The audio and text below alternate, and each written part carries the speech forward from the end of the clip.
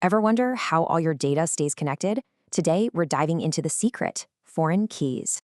So let's take a game. You've got players and you've got matches. How are they actually connected? The system needs a totally reliable way to point from one record to another. So, how is it done? To get this, we first have to remember what a primary key is. It's kind of the foundation here. Yeah, it's basically an ID card for that one specific row of data. Every single record gets one. And here's our solution, the foreign key. It's just a pointer to another record's mean ID. Okay, this is the really crucial part. A primary key is about identity. A foreign key is about connection. All right, let's see how it works. Here's our player table, and that player ID is the primary key. Okay, now check out the match table. See how it also has a player ID field? Bingo! Right, that player ID in the match table, that's the foreign key. It creates the link. But wait, you might be wondering, why go through all this hassle? Why not just use the name?